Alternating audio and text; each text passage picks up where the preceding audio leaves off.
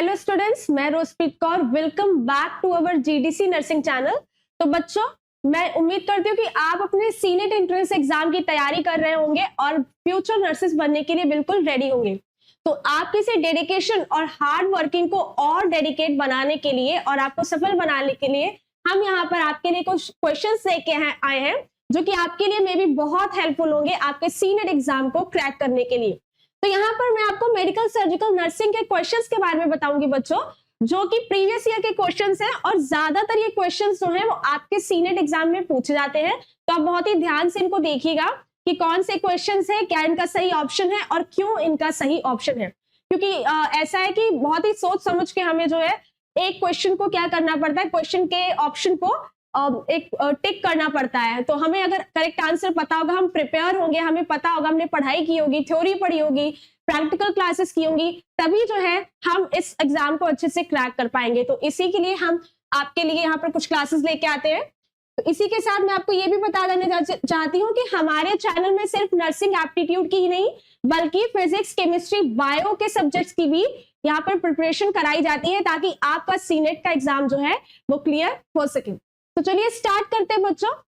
तो हमारा यहाँ पर पहला ऑप्शन है, अ 30-year-old person with normal systolic blood pressure, increased heart rate, slightly delayed capillary refill and pool, pale skin, which is the stage of shock।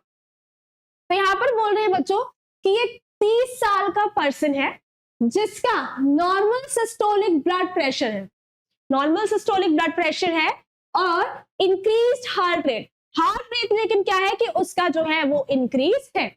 Slightly delayed capillary refill and pool, यहाँ पर जो capillary refill है यहाँ पर patient का वो कुछ slightly delay है, थोड़ा सा हल्का है। पेल स्किन, और उसकी जो स्किन है वो येलो हो गई है। तो which is the stage of shock, तो यहाँ पर कौन सी स्टेज ऑफ शॉक होगी जिसमें पर्सन का सिस्टोलिक ब्लड प्रेशर नॉर्मल होगा, हार्ट रेट इंक्रीज होगी और कुछ हद तक देरी होगी कैपिलरी रिफिल एंड पूल में और पेशेंट की स्किन जो है वो येलो होगी। तो हमारे पास बच्चों यहाँ पर 4 ऑप्शन है, ये कुछ स्टेजेस के नाम है। तो पहला है हमारी प्रोग्रेसिव स्टेज, दूसरी है हमारी कंपनसेटरी स्टेज, थर्ड है हमारी decompensated stage and fourth one is hypotensive stage. तो इनमें से कौन सा ऑप्शन करेक्ट है इस क्वेश्चन के लिए, तो चलिए देखते हैं और क्यों करेक्ट है। तो यहाँ पर हमारी जो है वो कंपेंसेटरी जो स्टेज है उसमें पेशेंट का जो सिस्टोलिक प्रेशर होगा वो नॉर्मल होगा, हार्ट रेट उसकी थोड़ी सी इंक्रीज होगी और साथ ही कैपिलरी रिफिल जो होगा उसका डिले होगा और उसकी जो स्किन होगी वो येलो होगी। किस स्टेज में? कंपेंसेटरी स्टेज में। तो क्यों ऐसा है कि कंपेंसेटरी शॉक और स्टेज क्या करता है, is characterised by the body. क्या है कि ये किससे कैरेक्टराइज्ड है, हमारी बॉडी से। बॉडी में क्या होता है कि जो हमारा होम्योस्टेटिस है, मतलब जो इलेक्ट्रोलाइट वाटर इलेक्ट्रोलाइट बैलेंस को मेंटेन करता है, होम्योस्टेटिस जो हमारा प्रोसेस है through various mechanism such as increased heart rate and vasoconstriction. तो कंपेंसेटरी जो शॉक में क्या होगा बच्चों कि यहाँ पर हमारी body attempt to maintain homeostasis, हमारी जो बॉडी है वो क्या करती है कि अटेम्प्ट करती है ताकि जो होम्योस्टेटिस का जो प्रोसेस है वो उसको मेंटेन कर पाए, जैसे कि increase heart rate and vasoconstriction. तो क्या बोल रहे हैं यहाँ पर कि इंक्रीज हार्ट रेट और जो वैसोकंस्ट्रिक्शन होता है उस स्टेज में जो है कंपेंसेटरी शॉक जो है स्टेज जो है वो उसको डिटेक्ट करती है, किसको? हमारे इस वाले पेशेंट को जिसको सिस्टोलिक ब्लड प्रेशर हो रहा है, स्लाइटली डिले उसके कैपिलरी रिफिल है और उसकी जो स्किन है वो येलो है। तो हमारा करेक्ट ऑप्शन है कंपेंसेटरी स्टेज। दूसरा आता है बच्चों की फुल थिकनेस बर्न्स इन्वॉल्व, मतलब कि अगर फुल थिकनेस बर्न, यहां पर फुल थिकनेस बर्न जो है वो 3rd डिग्री हमारा बर्न है, 3rd डिग्री बर्न जो है वो हमारा यहाँ पर फुल थिकनेस बर्न है। तो यहाँ पर बोल रहे हैं कि अगर फुल थिकनेस बर्न होगा तो इन 4 में से क्या इन्वॉल्व होगा, कौन सी बॉडी का लेयर और टिश्यू हमारा जो है वो इन्वॉल्व होगा। तो देखिए नर्व एंडिंग्स, पहला ऑप्शन है हमारे पास नर्व एंडिंग्स, दूसरा है सबक्यूटेनियस टिश्यू, तीसरा है एपिडर्मिस एंड डर्मिस एंड चौथा है ऑल ऑफ दीज। तो यहाँ पर ये बोल रहे कि अगर आपको फुल थिकनेस बर्न हो गया है तो यहाँ पर आपके कौन सी चीज जो है वो इन्वॉल्व होगी अगर आप बहुत ही भयंकर तरीके से जल गए हैं, जैसे कि 3rd डिग्री बर्न जिसको हम बोलते हैं।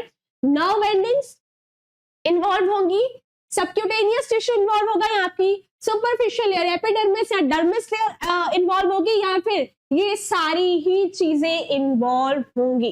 तो यहाँ पर आपका करेक्ट आंसर है option A, that is nerve endings. तो नर्व एंडिंग्स क्या होगी, फुल थिकनेस बर्न में इन्वॉल्व हो जाएंगी, क्योंकि नर्व एंडिंग्स क्या करते हैं, पेन सिग्नल को स्टिमुलेट करते हैं। तो यहाँ पर nerve endings are damaged and destroyed. तो फुल थिकनेस की वजह से यहाँ पर क्या है कि जो नर्व एंडिंग्स है वो डैमेज हो जाएंगी और डिस्ट्रॉय हो जाएंगी, क्योंकि नर्व एंडिंग्स क्या करती हैं कि पेन सिग्नल्स को क्रिएट करती हैं।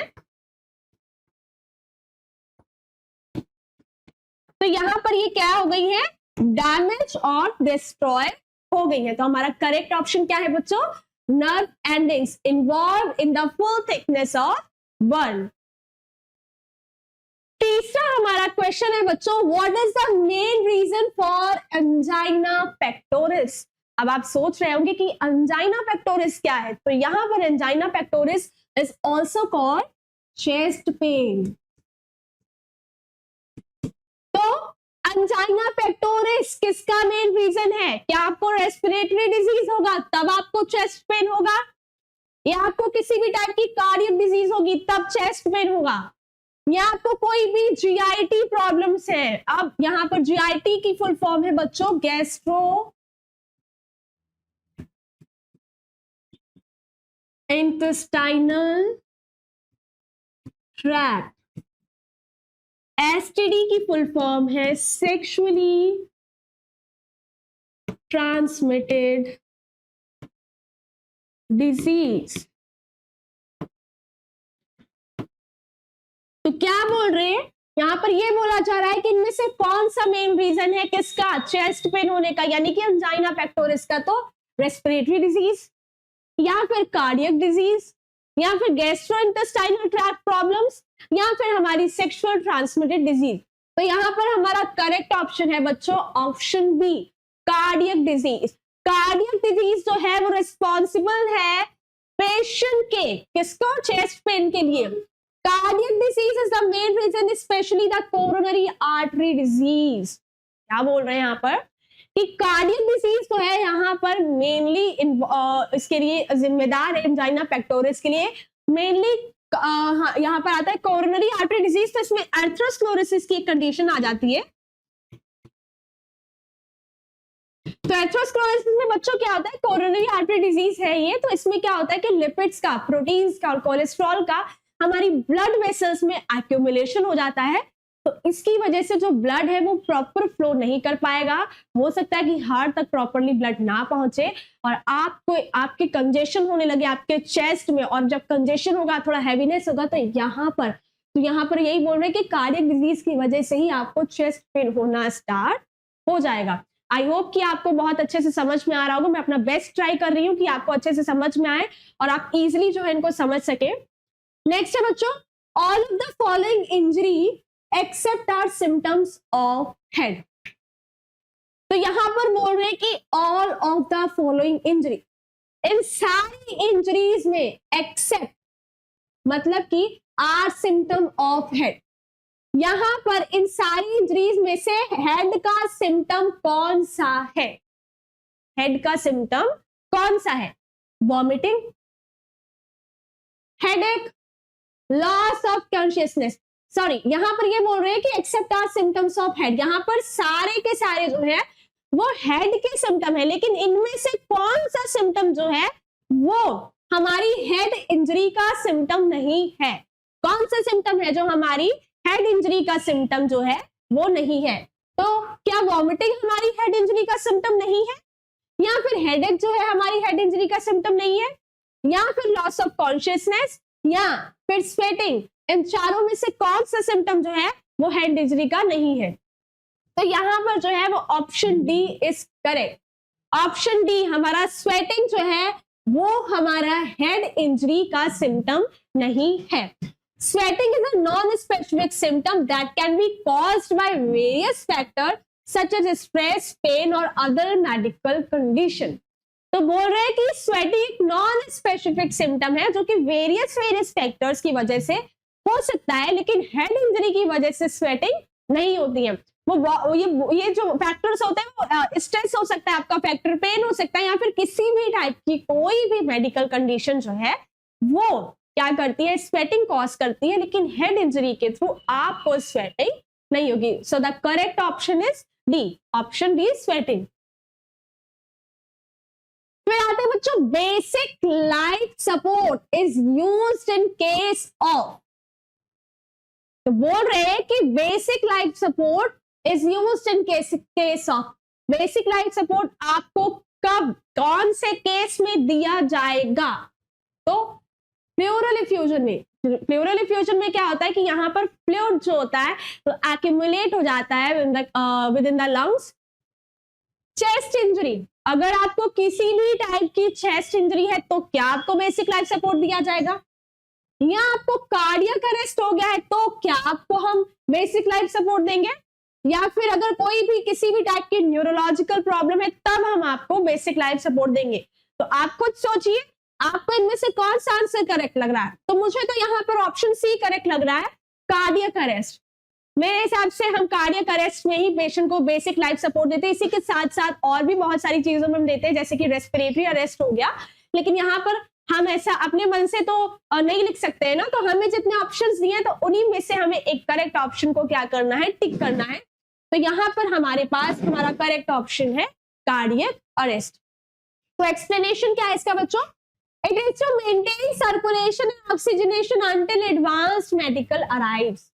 अगर क्या हो रहा है कि पेशेंट को अचानक से कार्डियक अरेस्ट हो गया है तो हम इसमें क्या करेंगे कि तब तक पेशेंट के सर्कुलेशन को और ऑक्सीजन को मेंटेन करने के लिए बेसिक लाइफ सपोर्ट देंगे जब तक पेशेंट को एडवांस ट्रीटमेंट जो है वो मिल नहीं जाता है।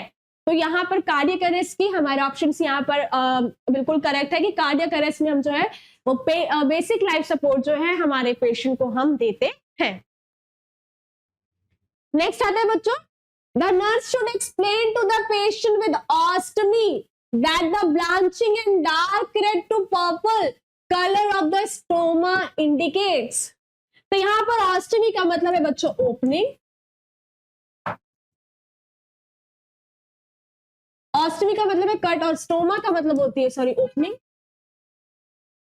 तो यहां पर क्या बोल रहे हैं कि बच्चों ऑस्टमी में, ऑस्टमी क्या एक प्रोसीजर होता है जिसमें हम क्या करते हैं कि लार्ज इंटेस्टाइन का पाथवे हम टर्न कर देते हैं कहां पर, हमारे स्टमक में। तो ये होता है क्या होता है, तो यहाँ पर हम क्या करते हैं कि स्टोमा क्रिएट करते हैं। स्टोमा जो होता है वो नॉर्मली इसलिए क्रिएट होता है ताकि जो ड्रेनेज है वो बाहर आ सके। तो यहाँ पर बोला गया है कि जिस पेशेंट का ऑस्टमी हुआ है तो अगर वहां पर ब्लांचिंग हो रही है और dark red to purple colour हो रहा है स्टोमा का, तो ये क्या इंडिकेट करेगा? इनमें से कौन सी चीज है वो इंडिकेट करेगी? मतलब अगर पेशेंट जो है उससे पेशेंट विद ऑस्टमी, पेशेंट को ऑस्टमी है, ऑस्टमी किया गया है, तो उसमें क्या होगा कि यहाँ पर उसका जो स्टोमा है वो ब्लांच्ड हो रहा है और साथ ही साथ वो डार्क रेड से पर्पल कलर का हो रहा है। तो इनमें से कौन सी हमारा ऑप्शन जो है वो इंडिकेट कर रहा है इस चीज को? तो पहला है बच्चों हमारा अनीमिया। तो अनीमिया में आप सभी लोग जानते हैं कि यहाँ पर प्रॉपर हीमोग्लोबिन जो होता है वो बॉडी में नहीं होता है। इन्फेक्शन, कहीं इन्फेक्शन तो नहीं हो गया स्टोमा में? ऑब्स्ट्रक्शन टू द स्टोमा, जो स्टोमा हमने जो ओपनिंग क्रिएट करी है तो वहां पर ऑब्स्ट्रक्शन तो नहीं हो गया है। Inadequate blood supply to the stoma, क्या स्टोमा को प्रॉपर ब्लड सप्लाई नहीं मिल रही है, इसकी वजह से ऐसा हुआ है। तो यहाँ पर जो ऑप्शन है वो है ऑप्शन डी करेक्ट, जिसमें स्टोमा को प्रॉपर ब्लड सप्लाई नहीं मिल रही है तो इसकी वजह से वो ब्लांच हो गया है और साथ ही साथ वो रेड, डार्क रेड से पर्पल कलर में चेंज हो गया है, because due to unable blood supply to the stoma. So these color changes can signal potential complications such as stoma, ischemia और necrosis। तो यहाँ पर बोल रहे हैं कि ये जो सिम्टम्स है वो एक सिग्नल को पास करते हैं कि स्टोमा में नेक्रोसिस और स्कीमिया हो गया है, मतलब कि वो क्या हो रहा है कि वहां पर प्रॉपर ब्लड सप्लाई नहीं मिल रही है, प्रॉपर वहां पे वो वर्क नहीं कर पा रहा है। तो ये जो है कहाँ यहाँ पर कुछ पोटेंशियल कॉम्प्लिकेशंस जो है वो हमें देखने को मिल जाएंगे in the case of stoma if there is inadequate blood supply to the stoma. Next है बच्चों, during the physical examination of patient with endocrine system, क्या है कि फिजिकल एग्जामिनेशन करें हम पेशेंट का एंडोक्राइन सिस्टम में, so diminished pubic and axillary hair में इंडिकेट। तो यहाँ पर अगर प्यूबिक एरिया के हेयर्स और एक्सिला के हेयर्स क्या है कि वो डिमिनिश्ड हो गए, खत्म हो रहे हैं, तो यहाँ पर कौन सा मतलब क्या चीज है वो इंक्लूड होगी, क्यों हो रहा है ऐसा, क्यों प्यूबिक हेयर के हेयर जो है और एक्सिलरी हेयर्स जो है वो डिमिनिश्ड हो रहे हैं, तो क्या हाइपोथायरॉयडिज्म की वजह से। तो आप जानते हैं कि हाइपोथायरॉयडिज्म क्या होता है। तो यहाँ पर क्या होता है कि हाइपोथायरॉयडिज्म में बच्चों कि हमारी जो थायराइड ग्लैंड है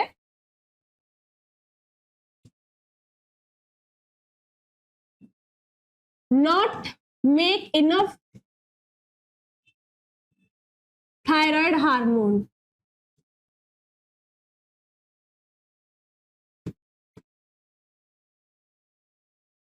जब हमारी थायराइड ग्लैंड जो है वो इनफ थायराइड हार्मोन को प्रोड्यूस नहीं कर पा रही है, तब हम उसको हाइपरथायरॉयडिज्म के नाम से जानते हैं। वहीं पर हाइपरथायरॉयडिज्म, यहां पर एक्सेस अमाउंट में अगर थायराइड ग्लैंड जो है वो थायराइड हार्मोन को प्रोड्यूस कर रही है, एक्सेस अमाउंट में प्रोड्यूस कर रही है, प्रोड्यूस और किसको, थायराइड हार्मोन को, एक्सेसिव। अब यहां पे क्या है कि एक्सेसिव अमाउंट, अगर क्या है कि हमारी थायराइड ग्लैंड जो है वो इनफ थायराइड हार्मोन को प्रोड्यूस नहीं कर पा रही है, तो वो कंडीशन हाइपो मतलब कम, तो वो होगी हाइपोथायरॉयडिज्म। अगर वहीं पर वो ज्यादा प्रोड्यूस कर रही है तो हम इसको बोलेंगे हाइपरथायरॉयडिज्म। और हाइपरपिट्यूटरिज्म, यहाँ पर पिट्यूटरी ग्लैंड जो होती है वो पिट्यूटरी ज्यादातर क्या कर रही है कि वो बहुत ओवर एक्सेसिव अमाउंट में प्रोड्यूस कर रही है, और डिफिशियंसी ऑफ सेक्स हार्मोन्स, तो टेस्टोस्टेरोन, ईस्ट्रोजन, प्रोजेस्टेरोन, ये सब हमारी क्या है, सेक्स हार्मोन्स हैं। तो अगर यहाँ पर क्या हो रहा है कि डेफिशिएंसी हो रही है किसकी, सेक्स हार्मोन्स की, तो क्या होगा, तब क्या इन चारों में से कौन सी कंडीशन में पेशेंट के प्यूबिक और एक्सिलरी हेयर जो है वो कम हो जाएंगे during the physical examination of the endocrine system. So correct option is option D, जब पेशेंट के अंदर क्या होगा कि सेक्स हार्मोन्स की डेफिशिएंसी होने लगेगी, तब वहां पर प्यूबिक हेयर डिमिनिश्ड होंगे और साथ ही साथ एक्सिला के हेयर भी यहाँ पर डिमिनिश्ड होंगे। This is because sex hormones plays role in body hair growth and development, क्योंकि हमारे जो सेक्स हार्मोन्स होते हैं बच्चों, उनका मेजर रोल होता है कि बॉडी के हेयर्स को ग्रो करना और उनको डेवलप करना। तो यहाँ पर सिंपल सी बात है कि अगर हमारे सेक्स हार्मोन्स में डेफिशिएंसी हो जाएगी तो हमारे प्यूबिक और हेयर एक्सिला के जो ग्रोथ है वो भी ग्रो नहीं होंगे। फिर आते हैं बच्चों, patient has a sustained burn to interior chest. अगर पेशेंट का इंटीरियर चेस्ट पे बर्न हुआ है, सस्टेन बर्न हुआ है, एंड इंटीरियर एब्डोमेन मतलब सामने की चेस्ट पर और सामने के एब्डोमेन पर क्या हुआ है कि यहाँ पर इतना बर्न हुआ है पेशेंट को, सो यूजिंग रूल ऑफ 9। तो रूल ऑफ 9 के अकॉर्डिंग बच्चों क्या आता है कि हर एरिया का अपना एक परसेंटेज होता है। अगर फेस जलेगा तो उसका परसेंटेज अलग है, अगर हमारी चेस्ट जल रही है, सिर्फ चेस्ट जली है तो उसका परसेंटेज अलग है, एब्डोमेन जला है तो उसका अलग परसेंटेज है, हैंड जला है तो अलग है। तो यहाँ पर हमारे चेस्ट का परसेंटेज 9% है। अगर हमारी सिर्फ चेस्ट जल रही है तो वो 9% जली है, ठीक है। और अगर हमारा एब्डोमेन भी जला है तो वो 9%, तो टोटल एरिया ये कितना हो जाता है हमारा 18% हो जाता है। तो ठीक है, तो यहाँ पर क्या है कि how much of patient body surface area has been affected. तो पूछ रहे कि अगर पेशेंट का सामने का इंटीरियर चेस्ट जला है और एब्डोमेन सामने का जला है, तो यहाँ पर कितना परसेंटेज, कितना बॉडी सरफेस एरिया जो है वो पेशेंट का बर्न हुआ है। तो आंसर तो मैंने आपको पहले ही बता दिया कि 9% हमारा एंटीरियर चेस्ट है और 90% हमारा एंटीरियर स्टोमा है। तो 9% कितना हुआ, 18। तो यहाँ पर ऑप्शन करेक्ट है हमारा 18। तो आप देखिए कि एंटीरियर चेस्ट का बॉडी सरफेस 9% है, अब एंटीरियर एब्डोमेन का सरफेस भी 9 सरफेस है, जब हम इनको प्लस करेंगे तो हमारा आंसर 18 आएगा। तो टोटल बॉडी सरफेस एरिया यहाँ पर पेशेंट का चलेगा, कितना बर्न हुआ है, 18% जो है बर्न हुआ है। तो option D is correct here.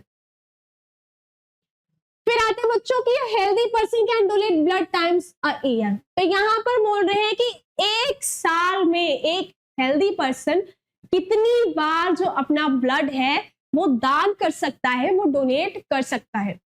क्या बोल रहे हैं कि एक हेल्दी पर्सन एक साल में कितना ब्लड डोनेट कर सकता है। तो ऑप्शन ए है, क्या साल में 1 से 2 बार वो डोनेट कर सकता है।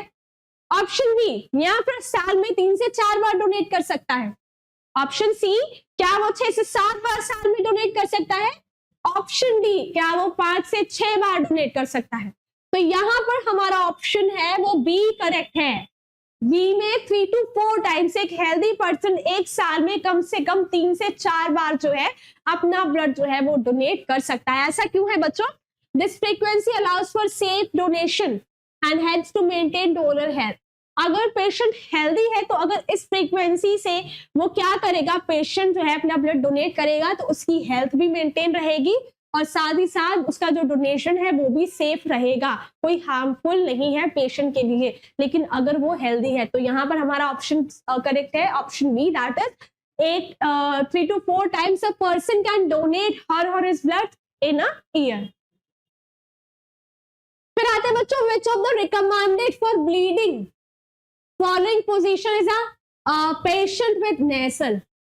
तो यहां पर बोल रहे हैं कि which of the recommended for bleeding, मतलब इनमें से अगर ब्लीडिंग हो रही है तो कौन सी पोजीशन जो है पेशेंट के लिए नेजल ब्लीडिंग के लिए इफेक्टिव है।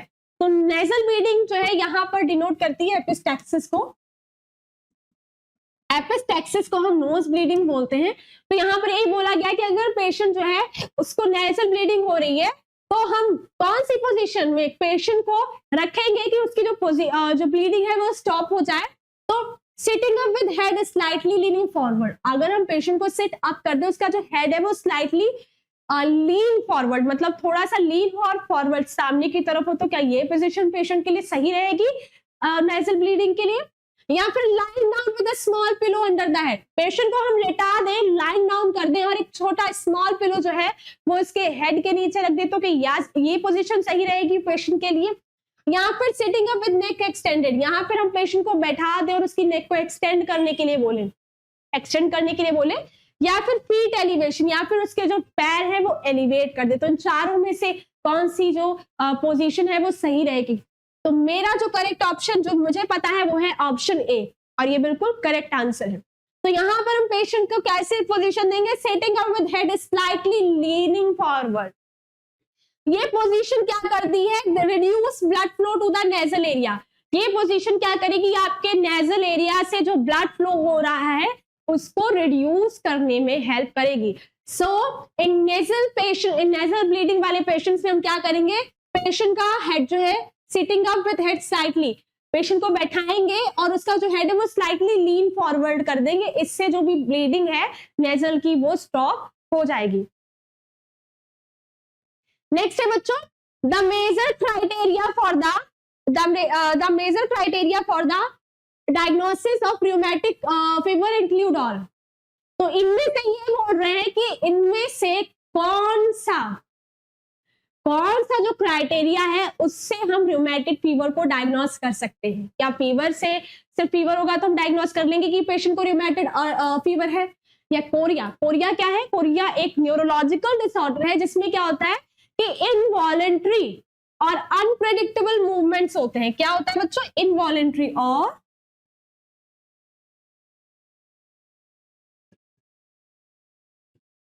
अनप्रेडिक्टेबल मूवमेंट्स यहां पर पेशेंट के होते हैं,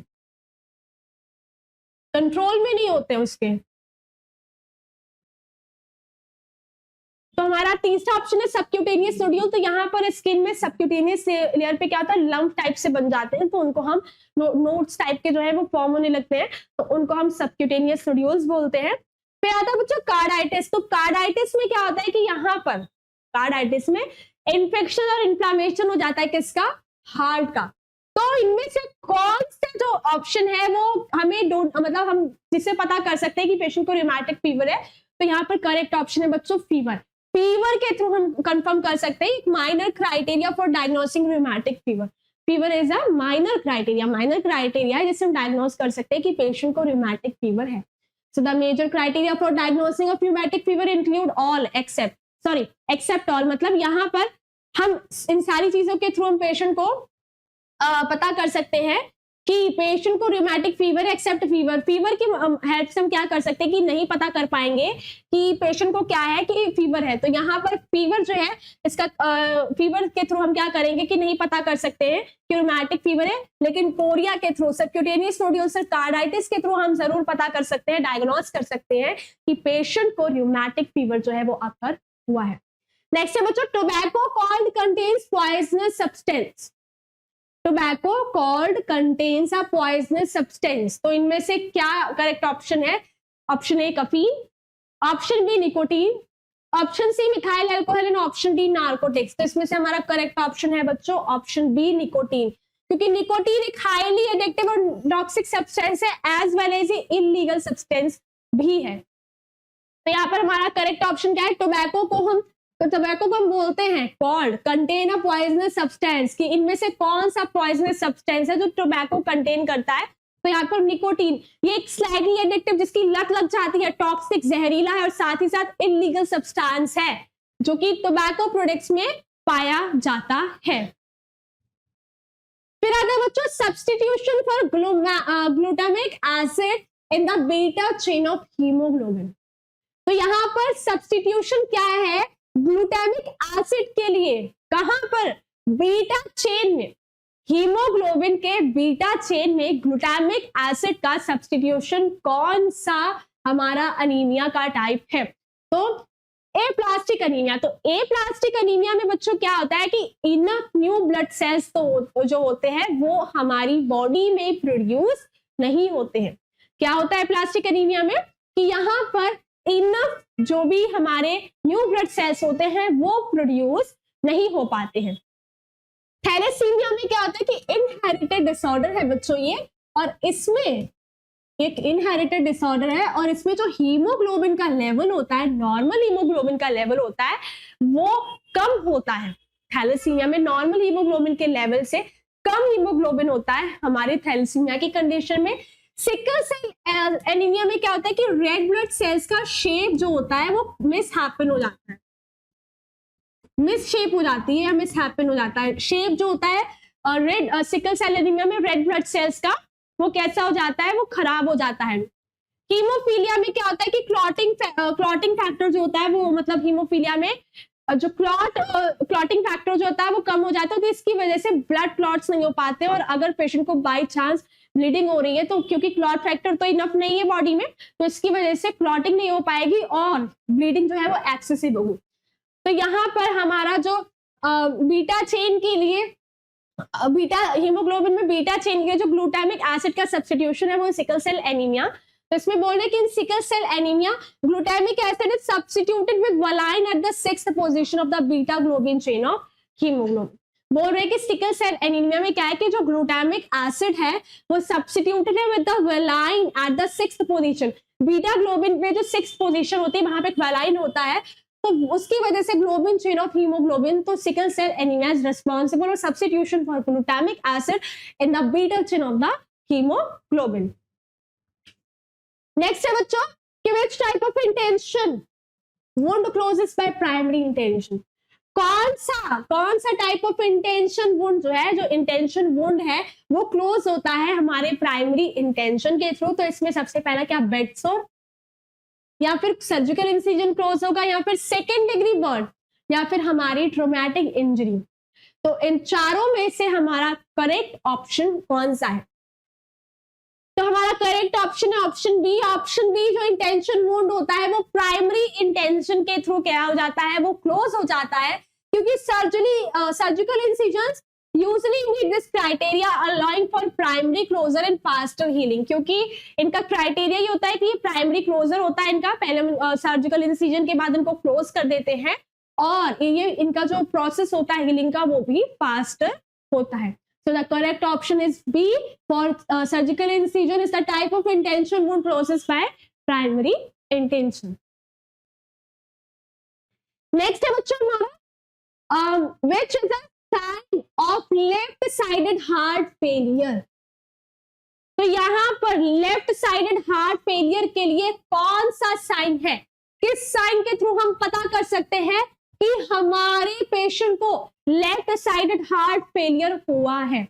जुगुलार वेन डिस्टॉर्शन। तो जुगुलार वेन डिस्टॉर्शन में क्या होता है कि हमारी जो जुगुलार वेन्स होती हैं यहाँ पर ये क्या होता है, यहाँ पर डिस्टॉर्शन होने लगता है, उनका डिस्टॉर्ट होने लगती है ये, और उसी के साथ बलूनिंग बल्जिंग होने लगती है यहाँ पर जो वेन्स की होती है, किसमें, जुगुलार वेन डिस्टॉर्शन में।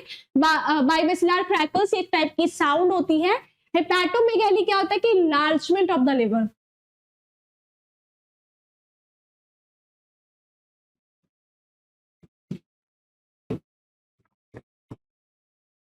चौथा है कैरोटिड वेन डिस्टॉर्शन। तो यहाँ पर हमारा डिस्टॉर्शन होता है वो कहाँ पर होता है, हमारी कैरोटिड वेन में। तो यहाँ पर कौन सा साइन जो है वो इंडिकेट करता है कि हमारे पेशेंट को लेफ्ट साइडेड हार्ट फेलियर हुआ है? तो हमारा ऑप्शन है ऑप्शन बी, विवासिलर क्रैकल्स की मदद से हम पता लगा सकते हैं, हमें कंफर्म हो जाएगा कि हमारे पेशेंट को लेफ्ट साइडेड हार्ट फेलियर है। तो bibasilar crackles are a sign of pulmonary congestion. ये क्या होते हैं, विवासिलर क्रैकल्स होते हैं वो साइन होते हैं कि पेशेंट को पल्मोनरी कंजेशन हुआ है, which is a hallmark of left side heart failure, जो कि हॉलमार्क साइन है।